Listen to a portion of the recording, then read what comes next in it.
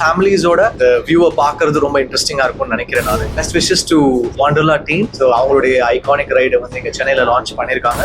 அதாவது எல்லா கமர்ஷியலும் நான் சப்போர்ட் பண்ண மாட்டேன். இப்போ நான் ஆல்கஹால் பிராண்ட்ஸ் நான் வந்து இது பண்றது இல்லை, கேம்லிங் ப்ரொமோட் பண்றது இல்லை. ஒரு பயங்கர ஒரு த்ரில்லான ஒரு ஃபிலிம், ஒரு ஸ்லோ பர்ன் த்ரில்லர் உங்களுக்கு பிடிக்கும்னு நம்புறேன். நான் பாடுறேன், ப்ரொடியூஸ் பண்றேன், நடிக்கிறேன், மியூசிக் பண்றேன். ஸோ நாலுமே என்னுடைய ப்ரையாரிட்டியில இருக்கு. ஆடியன்ஸ் அதை அவங்களுக்கு அது பிடிச்சதுன்னா அது ஹிட் ஆகுது, ஆடியன்ஸ்க்கு அது பிடிக்கலன்னா போகாது. இந்த வாட்டி இந்த ரெண்டு படமே நல்லா போயிடுச்சு சார். ஒப்பீனியன் 4ஆம் தேதி தெரிஞ்சிடும். 4ஆம் தேதிக்கு வரைக்கும் வெயிட் பண்ணுங்க. நானும் உங்களை மாதிரி தான் ஓட் பண்ணிருக்கேன். 5வது பிரான்ச் வந்து சென்னையில டிசம்பர் ஆரம்பிச்சிருக்காங்க. ஸோ இந்த 5வது பிரான்ச்சுடைய மொத்தம் 42 ரைட்ஸ் இருக்கு. 43வது அவங்களுடைய மொத்த ஸ்பெஷலான ஒரு ரைட் தான் இந்த ஸ்கை வீல். ஸோ 80 மீட்டர்ஸ் வரைக்கும் மேல அந்த ஒரு ஏர் கண்டிஷன்டு ரைடு. அது மேலே போனால் ஃபுல் சிட்டியுடைய அந்த பேனோராமிக் வியூ கிடைக்கும். இங்கேருந்து ஒரு 20 கிலோமீட்டர் வரைக்கும் நமக்கு ஒரு வியூ இருக்கு. ஸோ ரொம்ப இன்ட்ரெஸ்டிங்கான ரைடாக இருந்துச்சு. இங்கேயே பார்த்தீங்கன்னா ஒரு ரெஸ்டாரண்ட் ஸ்பேஸ் இருக்கு. அங்கிருந்து அப்படியே மேலே போனால் இந்த ரைடு இருக்கு. ஸோ ஃபேமிலிஸோட இந்த வியூவை பார்க்கறது ரொம்ப இன்ட்ரெஸ்டிங்காக இருக்கும்னு நினைக்கிறேன். நான் இந்த ரைட் நான் இப்போ லான்ச் பண்ணேன். இப்போதான் I took the ride. It was very, very nice. It was very interesting. And மேலே போகிறது வந்து ரொம்ப ஒரு த்ரில்லிங்காக ஒரு அட்வென்ச்சரஸாக இருந்துச்சு. ரொம்ப நல்லா இருந்துச்சு. So best wishes to Wonderla team. So அவங்களுடைய ஐகானிக் ரைடை வந்து இங்கே சென்னையில் லான்ச் பண்ணியிருக்காங்க. ஸோ ஐ திங்க் டெஃபினட்டாக இது ஒரு பெரிய ஃபேமிலி அட்ராக்ஷன் ஸ்பேஸாக தான் இருக்கும். அண்ட் சேஃப்டியும் நிறைய ஒர்க் பண்ணியிருக்காங்க. அவங்க சேஃப்டி இன்ஜினியர்ஸ் இருக்கிறாங்க, எல்லாரும் ஒர்க் பண்ணியிருக்காங்க. So I wish the best for this team. And then டெஃபினட்டாக போய் ட்ரை பண்ணி பாருங்க எப்படி இருக்கு. சார், நீங்கள் கம்ஃபர்ட் ஜோனை விரும்பாத ஆள், மியூசிக்ல இருந்து ஆக்டிங் அப்படிங்கிறது யூஸ் பண்ணீங்க, நிறைய விமர்சனங்கள் வந்தாலும் நீங்கள் எடுத்துக்கிட்டீங்க. இப்போ அடுத்ததா ஒரு கமர்ஷியலான ஒரு விஷயங்களையும் நீங்கள் சப்போர்ட் பண்ண ஆரம்பிச்சு, நிறைய நம்ம இந்தியன் ஆக்டர்ஸ் சில ரூல்ஸ் வச்சுக்கிறாங்க. பட் உங்களுக்கு இந்த மாதிரியான கமர்ஷியலான விஷயங்களை சப்போர்ட் பண்றது, அதுக்கான பிளான் பண்றது விஷயங்கள் நீங்க அதை எப்படி பாருங்க? அதாவது எல்லா கமர்ஷியலும் நான் சப்போர்ட் பண்ண மாட்டேன். இப்போ நான் ஆல்கஹால் பிராண்ட்ஸ் நான் வந்து இது பண்றது இல்லை, கேம்லிங் ப்ரொமோட் பண்றது இல்லை. சிலதெல்லாம் எனக்கு கூல்ட்ரிங்க் பிராண்ட் வந்தபோது நான் பண்றது அக்செப்ட் பண்ணல. பெரிய பெரிய கொடிகள்ல கேட்டாங்க, நான் பண்ணல. இது வந்து ஒரு அம்யூஸ்மெண்ட் பார்க் ஃபேமிலி அப்படின்ற காரணத்தால நான் வந்திருக்கேன். எல்லாமே நான் பண்ண மாட்டேன். அப்படி நீங்க என்ன எடுக்க முடியாது. நிறைய வாட்டி கூல்ட்ரிங்க் பிராண்ட்ஸ் கேட்டு வேண்டான்னு சொல்லியிருக்கேன். எனக்கு அப்படி பண்ண மாட்டேன்.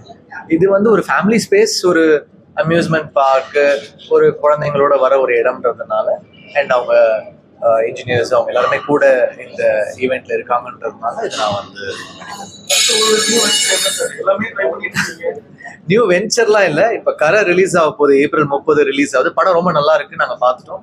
ஒரு பயங்கர ஒரு த்ரில்லான ஒரு ஃபிலிம், ஒரு ஸ்லோ பர்ன் த்ரில்லர் உங்களுக்கு பிடிக்கும்னு நம்புறேன். அதுக்கப்புறம் நிறைய படங்கள் இருக்கு. என்னுடைய இம்மார்டல் அடுத்து வரப்போகுது, மேலே வருது. ஸோ அடுத்து லைன் அப் நிறைய இருக்குது. அடுத்து தமிழ், தெலுங்கு, மலையாளம்ல வந்து படங்கள் பண்ணிட்டு இருக்கேன். ரெண்டுமே ப்ரையாரிட்டி தான். அதுல வந்து நம்ம எப்படி அப்படி சொல்ல முடியும்? ஏன்னா நான் பாடுறேன், ப்ரொடியூஸ் பண்றேன், நடிக்கிறேன், மியூசிக் பண்றேன். ஸோ நாலுமே என்னுடைய ப்ரையாரிட்டியில இருக்கு. இப்போ நிறைய படங்கள் வருது, பட் எல்லா படங்களும் சக்சஸ் ஆகுது அப்படின்னா நிச்சயமா இல்லை. அதுக்கு ஸ்டார் வேல்யூ இப்போ ஓடிடியுடைய அந்த ப்ரையாரிட்டியும் ரொம்ப கம்மியாகிட்டு வருது அப்படிங்கிற கமெண்ட்ஸ்லாம் வருது. ஸோ இப்போ எல்லா படங்களுக்கும் ஸ்டார் வேல்யூ வேணும் அப்படிங்கிறதோ நீங்க அந்த விஷயங்களை, அதாவது எப்படின்னா அந்த படம் சக்சஸ் ஆகும் அப்படிங்கிறது கம்பல்சரி ஆயிடுச்சு.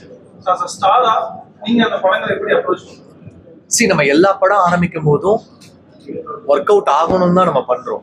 நம்ம ஒரு படம் ஆரம்பிக்கும் போது இது ஓடாதுன்னு நம்ம ஆரம்பிக்க மாட்டோம். எல்லா படமும் நம்ம ஆரம்பிக்கிறோம். இப்ப சில படங்கள் ரொம்ப நல்லா போகுது. இப்ப ஹாப்பிராஜ் எனக்கு ரொம்ப நல்லா போச்சு. மியூசிக்கா யூத் எனக்கு ரொம்ப நல்லா போச்சு. இந்த மார்ச் வந்து ரொம்ப நல்லாவே எனக்கு போச்சு. ஸோ அது நம்ம சம்டைம்ஸ் நல்லா போகும், சம்டைம்ஸ் நல்லா போகாது. அது நம்ம யோசிக்க கூடாது. அது இது கமர்ஷியலா போகும், இது கமர்ஷியலா போகாது. நான் ரொம்ப அப்படி ஒர்க் பண்ண முடியாது. நான் ஒரு பேஷனுக்காக சினிமாவுக்கு வந்திருக்கேன். அப்போ நான் 100% போடுவேன். ஆடியன்ஸ் அவங்களுக்கு அது பிடிச்சதுன்னா அது ஹிட் ஆகுது, ஆடியன்ஸ்க்கு அது பிடிக்கலன்னா போகாது. இந்த வாட்டி இந்த ரெண்டு படமே நல்லா போயிடுச்சு எனக்கு. சரி, இப்போ நிறைய இன்ஃப்ளூயன்ஸ் வந்தாங்க. நீங்கெல்லாம் வந்து இந்த இடத்துக்கு வரதுக்கு ஆரம்பத்துல இருந்து தயாராக நிறைய இன்னைக்கு இந்த இடம் ஒவ்வொரு நாளும் போட்ட உழைப்போட இடம் தான் இந்த இடம். இன்னைக்கு இன்ஃப்ளூயன்சர்ஸ் அப்புறம் மற்றவங்களாம் வந்து ரொம்ப ஈஸியான இடத்த பிடிச்சிடாங்க அப்படிங்கிற கமெண்ட்ஸ் இருக்கு. இதன் மூலமா நான் ஏன் கேட்கறேன்னா, நிறைய ரியல் டேலண்ட்ஸ் இருக்காங்க, அவங்களுக்கான ஆப்பர்ச்சுனிட்டி வந்து மறுக்கப்படுது அப்படிங்கிற ஒரு விஷயம். அப்படி கிடையாது. இன்னைக்கு சோசியல் மீடியா இருக்கும்போது ஒன்றும் இல்லை. இப்போ ஒரு நாதஸ்வரம் பிளேயர் ரொம்ப நல்லா ஒரு பிட் ஒன்று வாசிச்சாங்கன்னா அந்த ஒரு மொமெண்ட்ல வைரல் ஆயிட்டாங்கன்னா எல்லாருக்கும் அவங்கள உலகம் பூரா தெரியுது.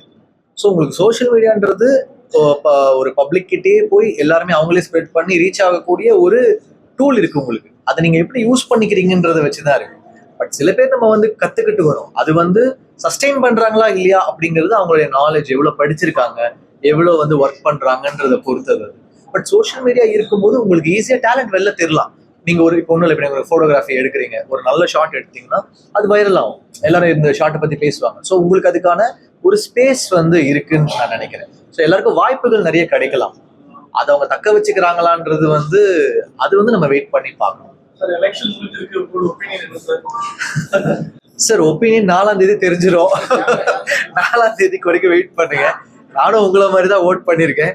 என்ன வரப்போகுதுன்னு எனக்கும் தெரியாது, மக்கள் என்ன டிசைட் பண்றாங்க. ஒரு கமெண்ட்ஸ் இருக்கு, அது உங்களுக்கே தெரியும் சார். கமெண்ட்ஸ் வந்து எப்பவுமே இருக்கும் சார். அது வந்து நமக்கு ரிசல்ட் வரும்போது நமக்கு ஷாக் ஆகலாம், இல்ல நம்மளே சர்ப்ரைஸ் ஆகலாம், என்ன வேணா ஆகலாம். அது நமக்கு சொல்ல முடியாது. இந்த வாட்டி ரொம்ப ஒரு எப்படி சொல்றது, ஒரு எல்லாருமே எதிர்பார்த்துட்டு இருக்கிற ஒரு டேட். அது இப்படிதான் இருக்கும் அப்படிதான் இருக்கும்னு யாருமே சொல்ல முடியாது. அது 4ஆம் தேதி தான் நமக்கு தெரிய வரும்.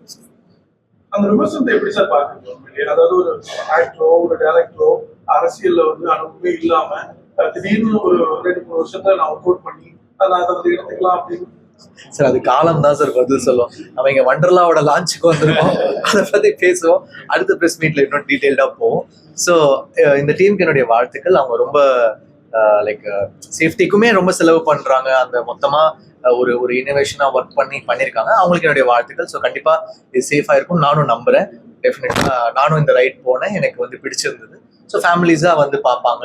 இது வந்து ஒரு நல்ல ஒரு ஸ்பேஸா இருக்கும்னு நினைக்கிறேன் இந்த சம்மர் ஹாலிடேஸ்க்கு. என்ன சார் ஸ்பெஷலா இருக்கும் சார்? நீங்களே என்ன கேள்வி கேட்டீங்கன்னா அவங்கள கொஸ்டின் இருக்குதா, அதவங்கள கேட்கணும் சார். லான்ச் பத்தி இப்பதான் சொன்னேன். ஸோ இவங்க டீமோட லான்ச் பண்ணியிருக்கோம். அவங்க இன்ஜினியரும் வந்திருக்காங்க. அண்ட் இப்போ நாங்கள் ப்ரெஸ் மீட்ல பேசணும். ஸோ இந்த 43rd ஒரு ரைட் அப்படின்றது ஸ்கைவீல் வந்து இன்னைக்கு லான்ச் பண்ணியிருக்காங்க. ஸோ இது அவங்களுடைய ஸ்பெஷல் ரைடு அப்படின்னு சொல்லப்படுது. இந்த 5 பிரான்ச்லுமே அது வந்து ரொம்ப ஒரு முக்கியமான ஒரு ஃபேமிலிக்கான ஸ்பாட்டா அப்படின்னு சொல்றாங்க. ஸோ அதை இன்னைக்கு லான்ச் பண்ணிருக்கோம். இந்த ஸ்பீட்ல என்ஜாய் பண்றது.